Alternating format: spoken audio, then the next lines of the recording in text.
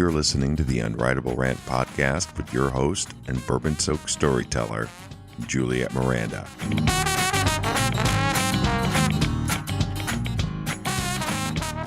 Hi there, y'all. It's Juliette Miranda, and welcome to episode 251 of the Unwritable Rant podcast. I have a very bourbon-soaked Halloween story for y'all today about unwilling hypnosis and a good heaping of medieval necromancy. But first, I'm knocking back some bourbon. Cheers, y'all. Whew. Cheers to being just a week away from Halloween. I am so stupid excited about this, y'all. You have no idea. The French Quarter is a little bit different this year for Halloween, which is unfortunate. The Crew of Boo Halloween parade was canceled. However, there is still plenty of stuff going on, and I cannot wait to be a part of it. For example, our base camp bar is holding an 80s-themed costume party, and my guy and I are so going. He is even committed to wearing a costume. And although he hasn't officially decided on it yet, it's looking like he's either going as Judd Nelson from The Breakfast Club or Ferris Bueller.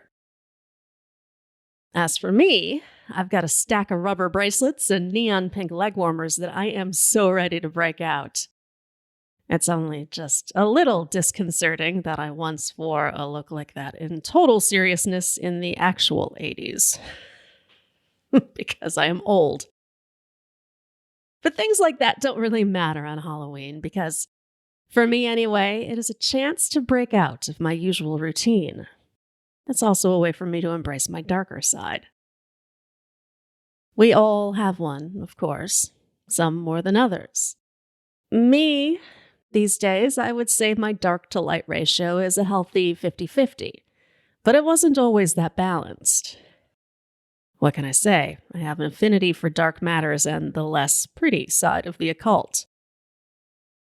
My mother, the Wiccan priestess, used to tell me that everything is what you make it. And this wasn't so much a motivational quote as it was a commentary on intent. Put good into something and you will ultimately get good back. Same goes for bad.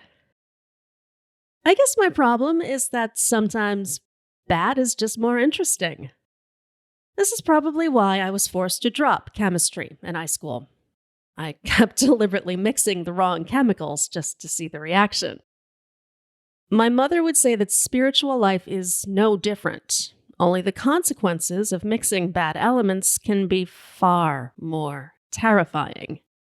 And sadly, this is something I just couldn't take her word on. When I reluctantly moved back to Chicago from Los Angeles in my mid-20s, my evil to good ratio was around 80-20. And I admit it was entirely deliberate.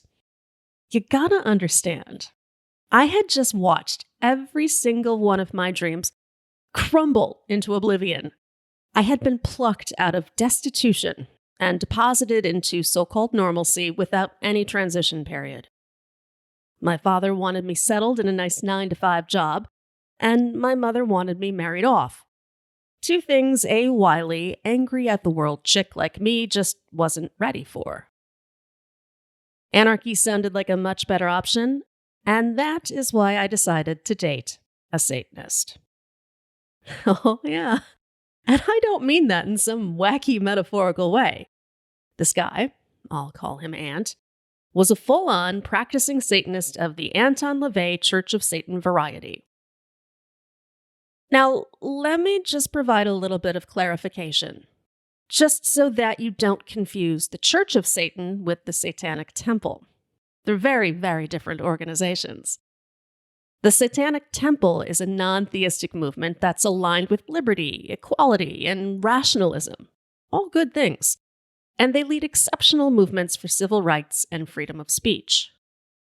My then-boyfriend Ant belonged to the Church of Satan, which was founded in the 60s by a group of pedantic, not quite hedonists who used ritual as an excuse to fuck. To them, Satan is more of a concept than an entity, who represents indulgence and vengeance and responsibility to the self. Now, to be fair, the 80s got all of the Satanists wrong. They weren't torturing children or sacrificing animals. They were just unconventional. Which wasn't quite enough for Ant. You see, in general, his brand of Satanists don't believe in demons or supernatural beings either, just in the ability to control human will. But Ant, well, he preferred to view occultism as one big buffet table. So, for good measure, he combined his Church of Satan beliefs with a good heaping of medieval necromancy and old-fashioned witchcraft, which pretty much made him an asshole who believed he had magical powers. Not that I knew he was an asshole at the time. And if I had a fucking dollar for every time I have said that, I just liked Ant's general disregard for society and the fact that he had a little bit of a Glenn Danzig thing going on. The rest, the spellcasting, the conjuring, it really didn't mean much to me one way or another. Him disappearing into a basement with his coven buddies to worship some great devil dude, it really didn't seem any different to me than guys at a football game, just different deities. So when Ant invited me to join him and his coven at his family's cabin for Halloween weekend, I didn't see any reason to not go. It's not like I had anything better to do. I had no job. I was still shacking up with my parents, and the thought of handing out candy to trick-or-treaters while my mother pined for grandchildren, yeah, that was more than enough to make hanging out with a troop of demons seem like a far better option. Ant's family's cabin was located a few hours north, ironically just off Devil's Lake in Baraboo, Wisconsin. It's an area that's known for rock trails and hills, and its ties to the Ho-Chunk tribe, who believe spirit voices can be heard from the lake. The trees were in full, fiery autumn splendor then, and as we drove deeper into the woods, I actually started to feel, well, maybe not good about being away from Los Angeles, but at least more comfortable with it than I had been since moving back. Much as I love the palm tree, it is a little bit of an affront to Halloween. And I gotta say, this place was everything my autumn dreams are made of. Even the cabin was picture perfect. The combination of stone and wood construction made it seem like a natural part of the woods. There was a large deck, a fire pit, and all the cozy bedrooms. It was a little bit of a shame that they would be filled with warlocks, because I was kind of digging the quiet vibes with just Ant around. Unfortunately, the other guys arrived by dark and filled the cabin with the funk of beer and patchouli oil. I did have a little bit of a private giggle when I noticed the elaborate reverence they used toward their coven robes. While the other contents of their car were pretty much dumped into the dirt, including our food, the robes were covered in garment bags and carried in on hangers that were promptly stowed away in a closet. Ant treated his box of ritual supplies with similar ceremony, and I tried to be respectful of it all, I really did. But it quickly became clear to me that despite all of their pageantry, this so-called coven was composed of fucking clowns. Watching these guys try to build an altar in their living room reminded me of my little sister and her friends staging a My Little Pony parade. After 10 minutes of arguing about where to put the Baphomet effigy, I couldn't take it anymore. I grabbed the goat god out of Ant's hands and I placed it over the fireplace, saying, "You dummies are never going to conjure anything until you get your shit together." The guys are quiet as I quickly rearrange their pathetic stab at an altar. All those years of watching my mother arrange her tributes and artifacts, I guess it gave me an advantage over the guys. Because with a few candles here, a pentagram there, the coffee table takes on a whole new presence. I doubt there's room for another Martha Stewart in hell, but if a position opens, I'm happy to consider it.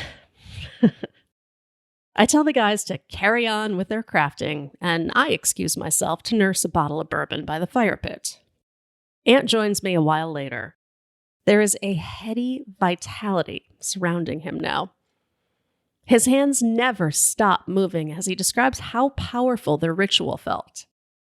I'm not especially impressed, but I play along with the hope that he'll soon shut the fuck up and let me enjoy the quiet night again. But he is on a tear, telling me how close he felt to his demon of choice and how confident he was that their Halloween night invocation would be a success. Because that is, of course, what they were doing at this cabin in the woods on Halloween weekend.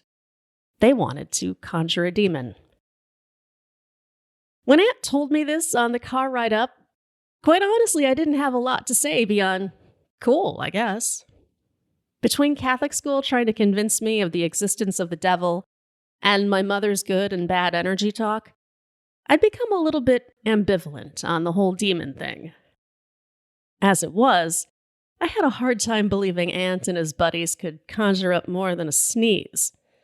And it turns out I was kind of right about that, because Aunt explains to me then that they had never had such an intense ceremony before. Apparently, demons are like Pokemon. There's a hierarchy to them. And getting the one you want to appear, I guess it requires more than just the asking. His group had been calling for one demon in particular, and he was always a no-show.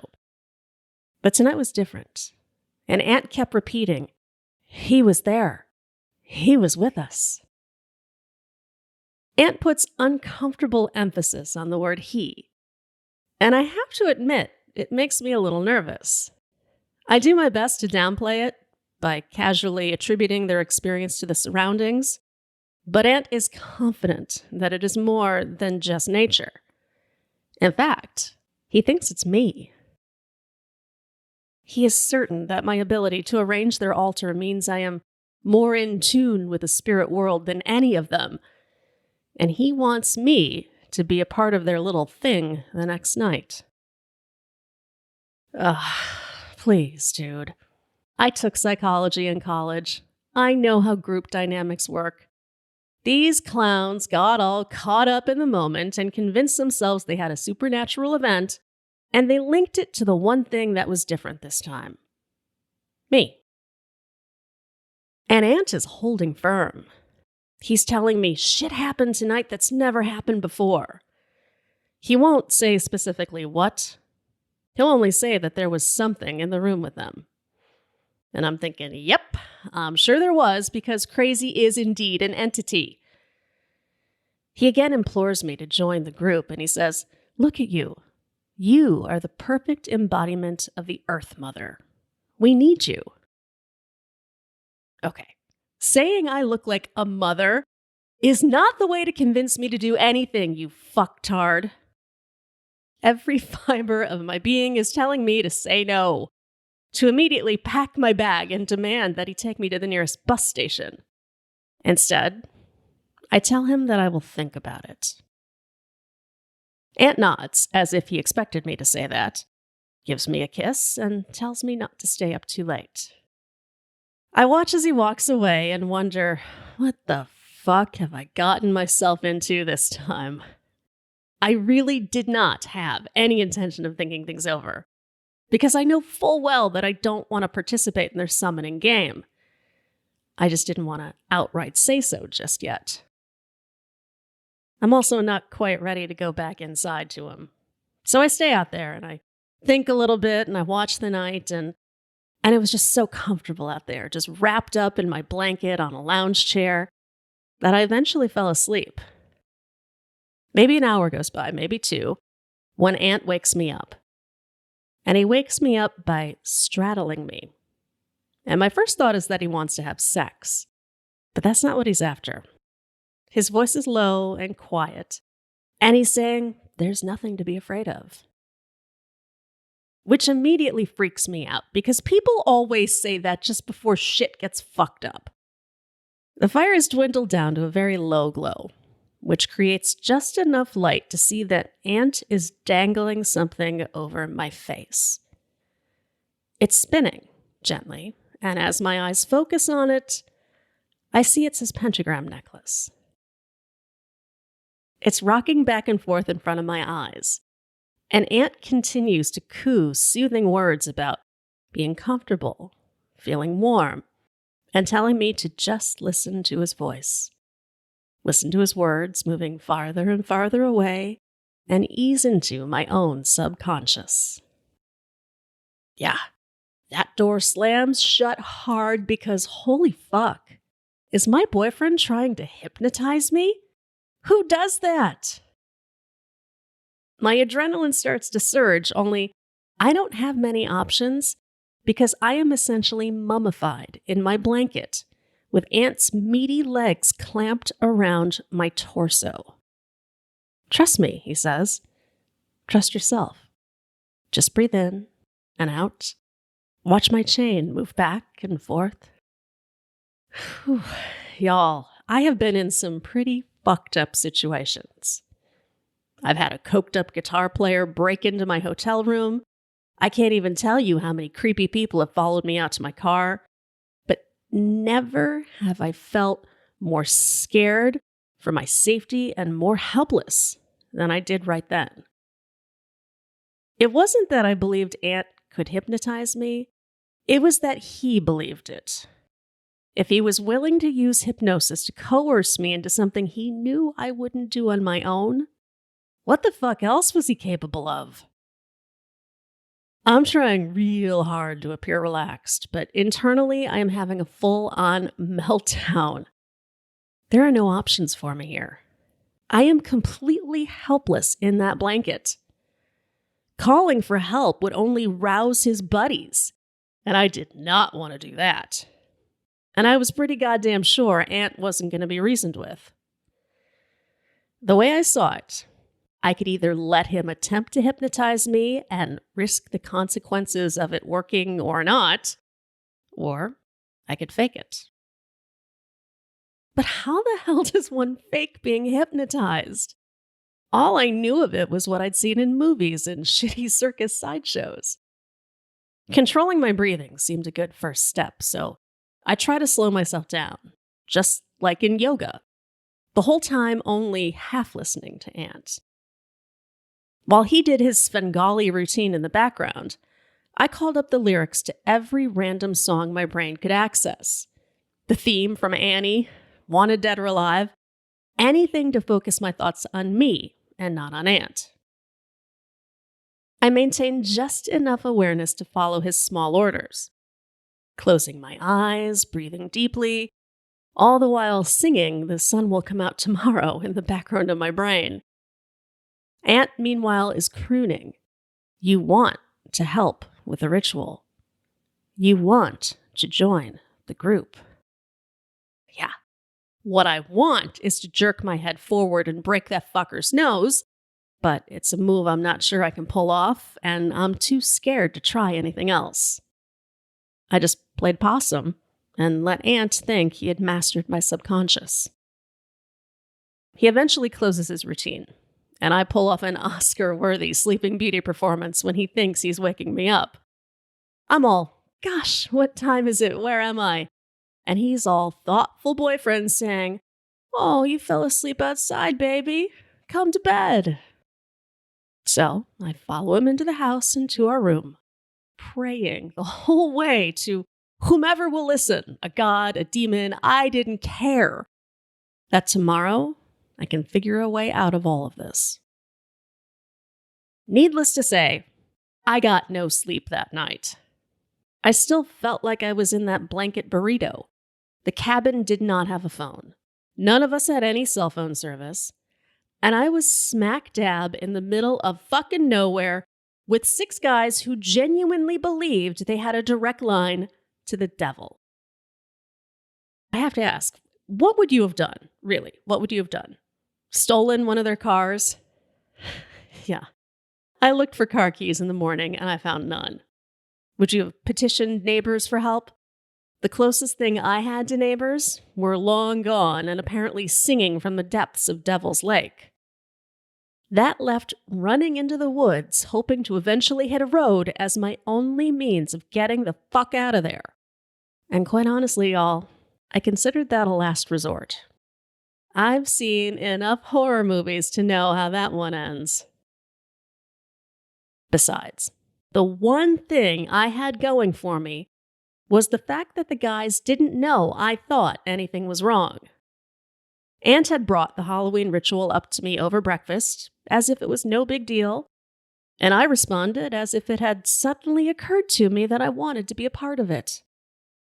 I wasn't entirely sure how enthusiastic my response should be. Aunt hadn't exactly given me instructions in my so-called hypnosis, but I got it right enough. And the guys exchanged these obnoxious, knowing looks, probably repressing the urge to high-five each other. They all looked so pleased with themselves that I decided right then and there, fuck these assholes. I may have been outnumbered, but I would not be outsmarted. The ritual was set to begin after dark. We spent the afternoon engulfed in anticipation, with the guys rustling up firewood and me helping Aunt prepare the area around the fire pit. He drew a large circle and then a triangle around it, with the idea being we'd be safe within the circle and the demon would be confined to the triangle. The rest of the arranging he left to me, figuring I would intuitively know what to do with it all. And oh, did I ever! I recalled what my mother had said to me over and over about intent. I may not have believed in what these guys were doing, but I did believe in my desire to fuck with them. So I mousetrapped the shit out of that circle. I left skulls to trip over, compromised their candles by trimming the wicks too short. I even raided the woods to bury a ton of sage in the fire pit. And yes, I realize this all sounds stupid and pointless, and maybe it was. But it gave me a sense of control that I desperately needed going into the night.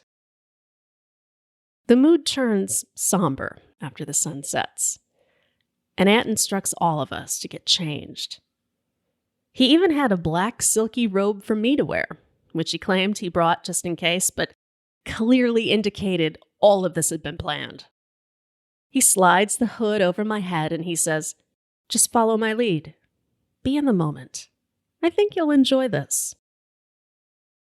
We all line up at the front door, silky robes trailing behind us, and begin a slow procession to the fire pit, with the guys humming this low, weird melody as they walk.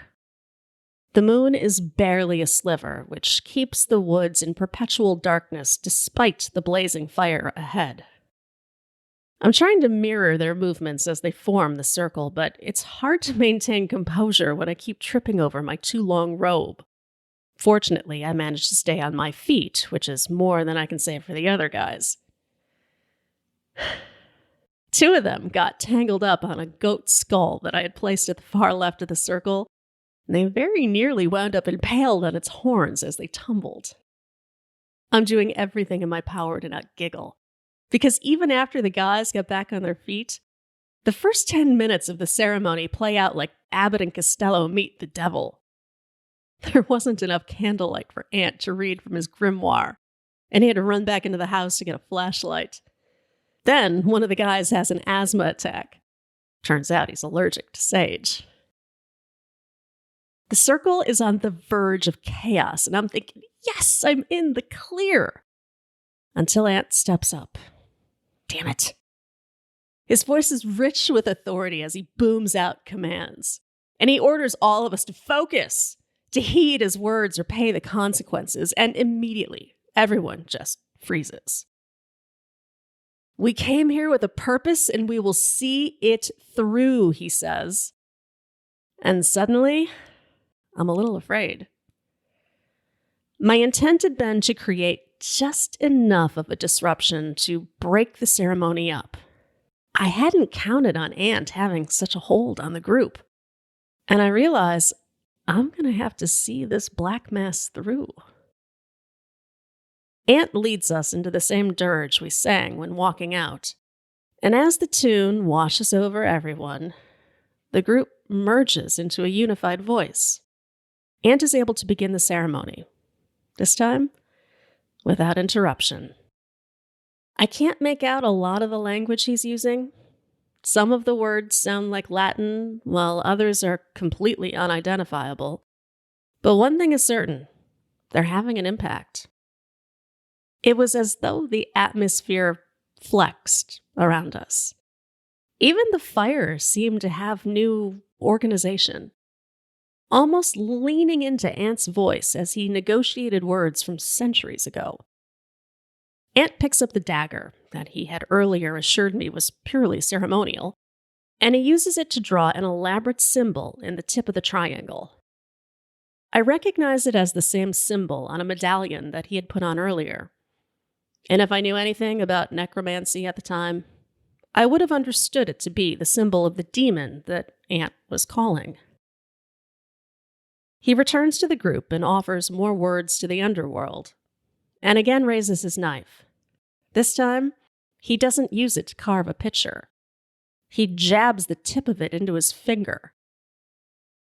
Even in the dark, I can see blood pooling quickly around the gash. He picks up the chalice and lets the blood drip in, telling the group that we must now make a blood offering to our demon. Oh, wait a minute, buddy. No one told me there'd be a bloodletting. What had at first seemed like pageantry of the Renaissance fair variety now kind of seems like my own personal horror movie. Ant is at the far end of the circle, moving from one person to the next, slicing into their thumbs and collecting the blood. And I know, I gotta do something, and I gotta do it fast because there's no goddamn way I am letting that maniac near me with a fucking knife. I wait for him to move on to the guy opposite of me. While the group is focused on them, I quietly slip off the robe, and then I break. I dart into the woods like Peter fucking Rabbit, and I only hear two things as I run.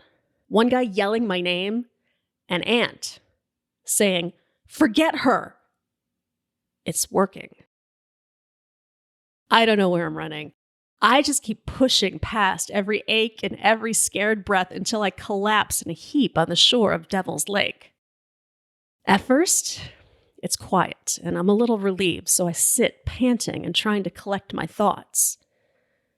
When suddenly, everything is interrupted by a shriek. It's not an animal, and it is unlike any sound I have ever heard a human make.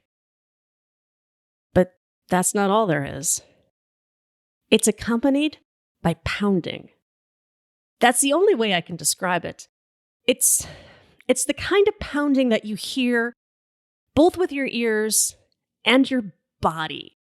And again, I want to run, but something is holding me in place, and it isn't a physical sensation. It's an intuition that keeps me sitting there, nearly fetal and absolutely terrified, because all I can hear in my head is that horrible pounding.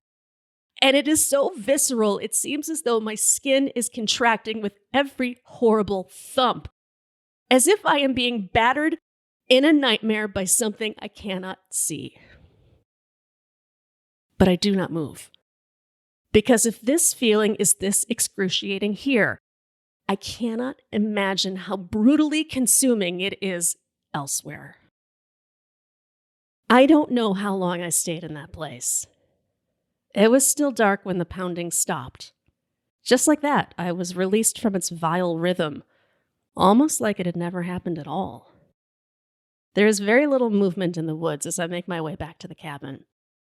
I wasn't sure if I was doing the smart thing by going back, but I knew I couldn't live with myself if I didn't check on Ant and his friends.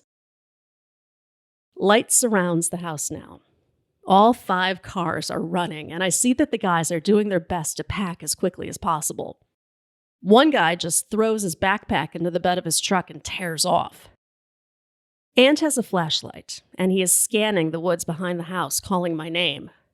It was the first human sound I had heard since running off.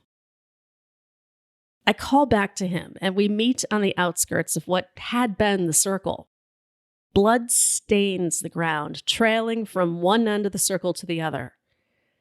Bricks and logs are scattered everywhere, along with ash and dirt and burnt sage. But most unsettling of all are the windows at the back of the house. They had all been shattered, from the first floor up to the rooftop skylights, almost as if it had been raining stones. Ant is trembling as he says, "I have your bag. get in the car. And I don't need to be told twice. Within minutes, us and the rest of his coven are leaving the woods without looking back. The ride is silent. Ant refuses to say anything to me until we get to my house, and even then he only offers me 5 words. I'm sorry. I didn't know. That was the last time I saw Ant. I will never know what happened out there in the woods. But every so often, I wake up at night convinced I hear that pounding. It's always off in the distance, and all I can do is hope it stays that way. Happy Halloween, y'all. Cheers. Thank y'all for listening to this episode of the Unwritable Rant podcast. Be sure to check out back episodes by visiting theunwritablерant.com. And also, join me on Monday night on YouTube. Just go to the Juliette Miranda YouTube channel for Bourbon-Soaked Live. It starts every Monday night at 7 p.m. Central Time, and it is a great way to hang out with other people and talk about bourbon and all the fun stuff we've got going on. And I have a great Halloween episode planned for Monday night. And if I don't hear from you before then, I hope y'all have a very, very happy Halloween. I'll be back next Sunday to chat with y'all some more. Cheers. Go to theunwritablerant.com and sign up to get early access to interviews and new videos. And don't forget to connect with Juliette on Twitter at Morning Neurosis. Girl, you was pretty as a Sunday morning, standing on the corner at Carondelet. What you say we make our way up to Bourbon, a couple hurricanes and a hand grenade, and get blown away. Let the chips fall where they may. If it's all the same, what you say, bon ton, hey, pretty mama, I can smell the gumbo. Sweetest taste of honeysuckle on my lips. Good God Almighty, I can hear the trombone. Every heart ought to beat to a rhythm like this. Come a little closer, honey, let me hold you. Nothing tastes better than a bourbon kiss. You can be the flower on my magnolia. Every heart ought to beat to a rhythm like this.